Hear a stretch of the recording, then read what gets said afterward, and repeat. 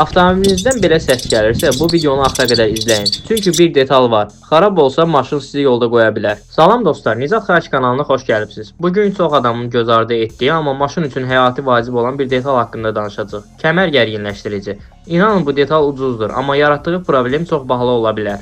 Kəmər gərginləşdiricisi nədir? Maşında generator kəməri, sükan kəməri, kondisioner kəməri var. Bu kəmərlərin düzgün işləməsi üçün gərgin qalması lazımdır. Bax, bu işi görən detal kəmər gərginləşdiricisidir. Əgər bu detal zəifləsə, kəmər boşalır, sürüşür və səs verir. Problem buradan başlayır. Xarablıq əlamətləri, fit və cırıltı səsi. Ən çox rast gəlinən əlamət, xüsusilə səhər soyuq mühərrikdə, kondisioneri açanda, qaz verəndə. Əgər belə səs gəlirsə, normaldır deyib keçməyin. Kəmərin titrəməsi, kapotu açırsan, baxırsan ki, kəmər yerində sakit durmur, əsir və titrəyir.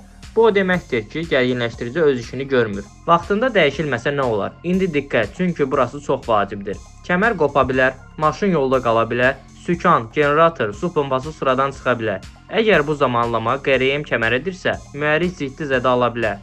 Xərc minlərlə manata çıxa bilər. Bəs nə vaxt dəyişilməlidir? Adətən 60-100 min kilometr arası ya da səs titrəmə başlayanda. Məsləhət, kəmər dəyişəndə gərginləşdiricini də mütləq yoxladın. Birini dəyişib birini saxlayırsansa, problem yenə qaydacaq. Qısa məsləhət, ucuz keyfiyyətsiz detal almayın. Usta hələ gedər deyirsə şübhə edin. Səsi qulaq ardına vurmayın.